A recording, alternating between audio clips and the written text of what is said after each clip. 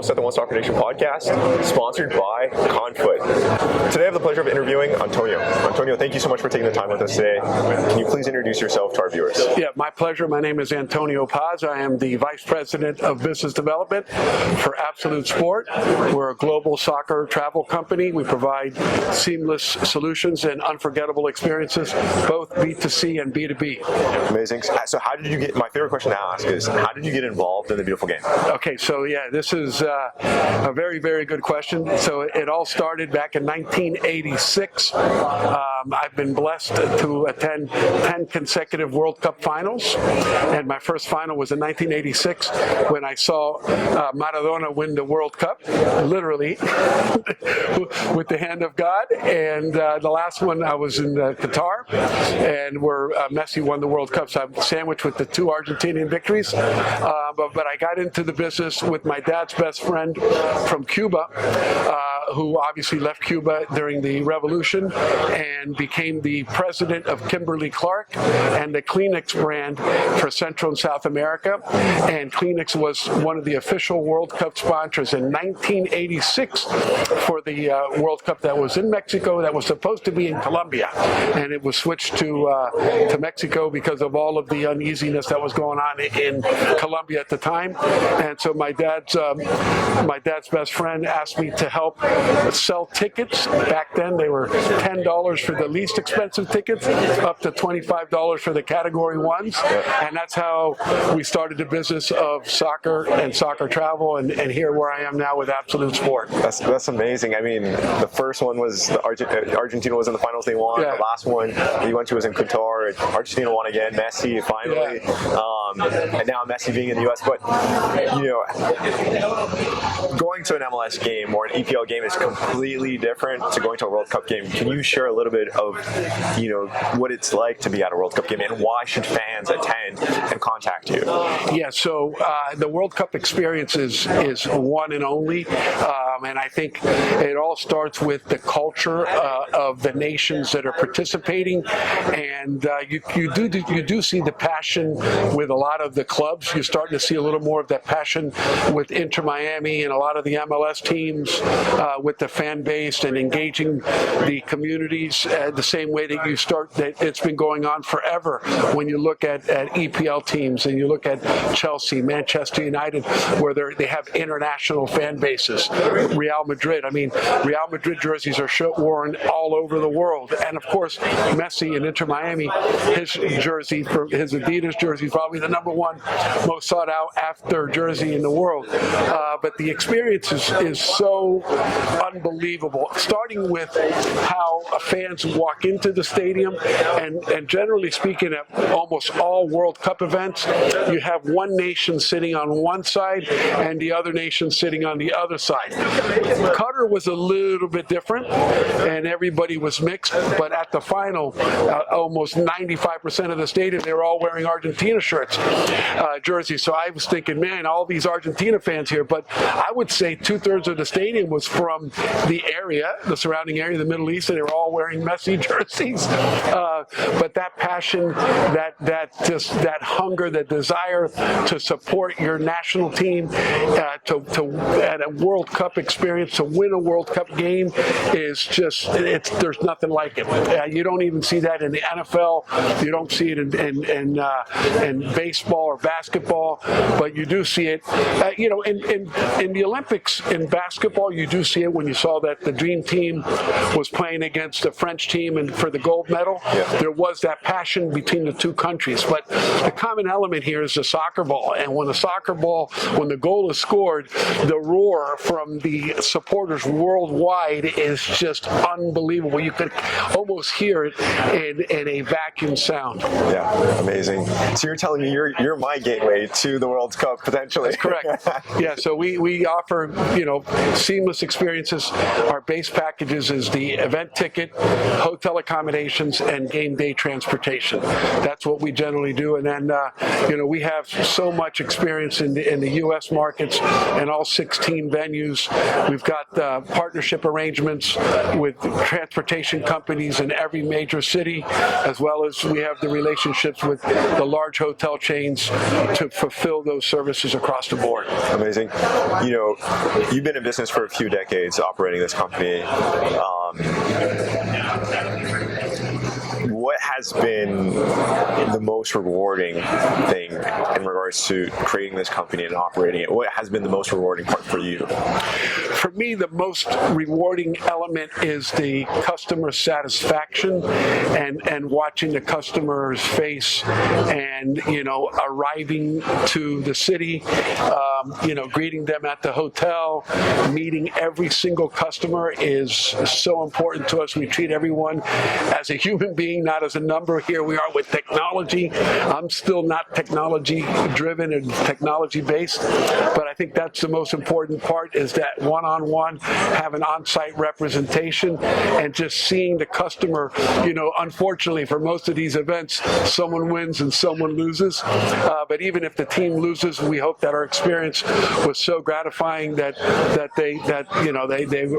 a customer is a customer forever, and basically we become friends, and that's how we like to deliver our services. Amazing. In regards to price range, what can people be expecting for these packages? Okay, so for World Cup, we're still in the pricing strategy plan right now, but you can follow a team over 9 nights and 3 games, basically our standard base package. You get a Category 3 entrance ticket, 3 nights of hotel accommodations for all 3 games in all 3 cities, and we got starting prices at around $5,000 in a double, so that means 2 people, $10,000 for that experience. Understood. And then for the viewers watching this that are going to come across this video, where can they learn more to purchase a package or just to learn more? Yeah, you can go to ABSOLUT Sport USA. You can look it up on Google and find us, and then submit your request for a proposal. Understood. And I'll make sure to put everything in the description in regards to the link, so you guys can just click and have easy access to it. You know, just transitioning real quick to the 2026 World Cup coming. Actually, before that, we have the 2025 FIFA Club World Cup kicking off this Saturday. The 2026 World Cup coming up the year after. Are you guys having involvement in the 2025 FIFA Club World Cup? Yes, we're very involved in the Club World Cup, particularly with the Argentinian teams and the Brazilian teams. And we're offering packages for those teams to support them, to follow them throughout. And probably our biggest challenge right now, since there was a change in our administration at the federal government level, I think sales in general have probably been a little bit slower. People fearing a little bit about what's going to happen to try to get into the United States, how to get in, how to get out, how not to purchase a package for X number of thousands of dollars and then not be able to get that experience because you don't get into the country. So I think because the World Cup is taking place next year, I think a lot of people are saying, you know what, I'd rather just wait for that administration to settle things down on the immigration policy, and then come to the World Cup instead. So I think that the events are kind of cannibalizing each other to an extent. Yeah. And I think FIFA's probably not regretting it, because they wanted to launch this Club World Cup at the next level, which is going to happen. You got to start it, right? Yeah, exactly. At some point in time, you got to start it. So this is an event that's going to grow. As long as the event grows, we're going to grow. I think the challenge is also for the participating teams, including the players. So, for example, PSG just played in the Champions League final. The captain played for Portugal in the Nations League final the other day against Spain, and now they're going to be over here in 10 days. And so when do the players get rest? And it comes off of the heels of last summer's Copa America, okay, European Championships and Olympics. So this is 2 back-to-back summers with full-on, all-out competitions that the players are now going to have to go through and then run the gamut of the full next season and then be ready for the World Cup. Yep. And Qatar was a little bit different because they couldn't play the games in the summer months there, but they played in November, December, which was kind of almost in the middle third of the professional National League season in Europe and around the world, which allowed the competition to be, the players to me had much, they had fresh legs. They were able to play with a lot more oomph, and that's why you had such an exciting tournament with so much energy, even though it was in Qatar, where it was a small country and you had access to go anywhere you wanted. One of the greatest things about that event, we literally had customers that went to 3 games in one day. That'll never ever happen again. Yeah, that's what I was about to mention. I've heard about that you were able to attend multiple games because they were so close, the stadiums. Yeah. So that was super cool. I wish I could have went, and I hope I'll be able to attend the 2026 World Cup. With saying that, the format's different. You got 3 different countries. You got Canada, U.S., and Mexico hosting it, and I think there's more teams, 48 teams playing. Correct. What do you think? Are you a fan? Do you like that format? What are your thoughts on it? Do you like that 3 countries are hosting? Do you like the format? Okay, so I get what FIFA's trying to do with the 48-team format. Obviously, economics has a lot to do with it, but I think we're not ready for that yet, to go from 32 teams to 48 teams. But again, we have to start if we want to continue to build and develop the game globally, especially in some of the third world countries. I think this is a great initiative to start that. From 1994 to 2026 is a lot of years. The format in 1994, there was only 24 teams, and if I remember correctly, and the teams played 2 games in one city and 1 game in a second city. So they played in 2 cities, the 3 games. This event, it's 3 games in 3 different cities, which is challenging from a travel perspective, particularly because of how big our country is. But the way that the brackets have been set up and the way it's set up geographically, so teams are going to stay in one region, whether it's the east, center, or west, and that's going to assist much better with the traveling. But I think most of us are used to having 32 teams. At the end of the first round, you have a round of 16. In between the round of 16 and the first round, you have a round of 32. And so I think you're going to see some lopsided games potentially between the number 1 seed and number 3 seed and number 4 seed.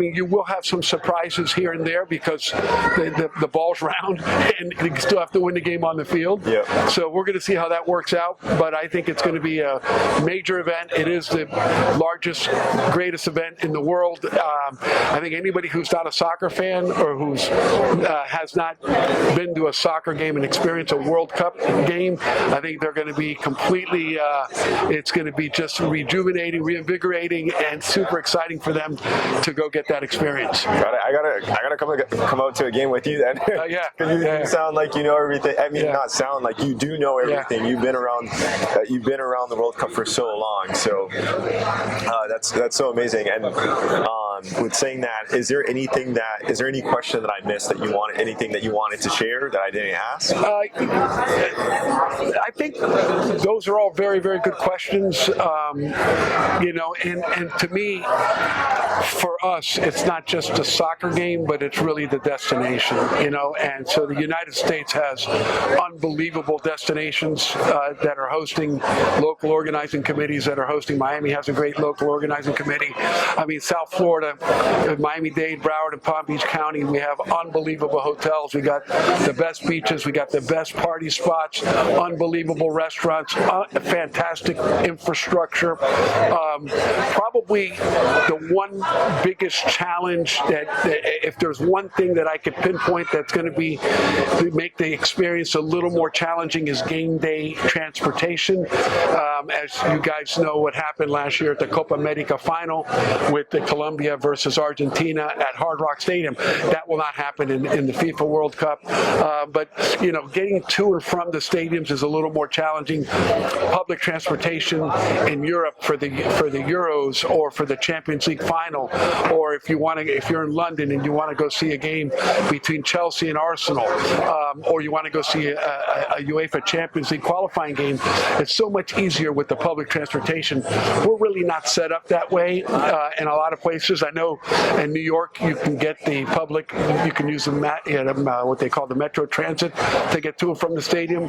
If you use it and you get there early enough, it's pretty good and pretty seamless. But I think that's probably the one component that's going to be the most challenging, just because there's a lot of cars going to one location.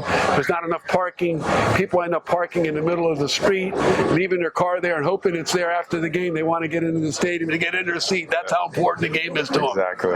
So, Antonio, thank you so much for taking the time for being on the One Soccer Nation podcast. Appreciate it very much. Thank you for the opportunity to promote Absolute Sport. We are the passport, the official passport to sports worldwide. Amazing. Thank you. Appreciate it.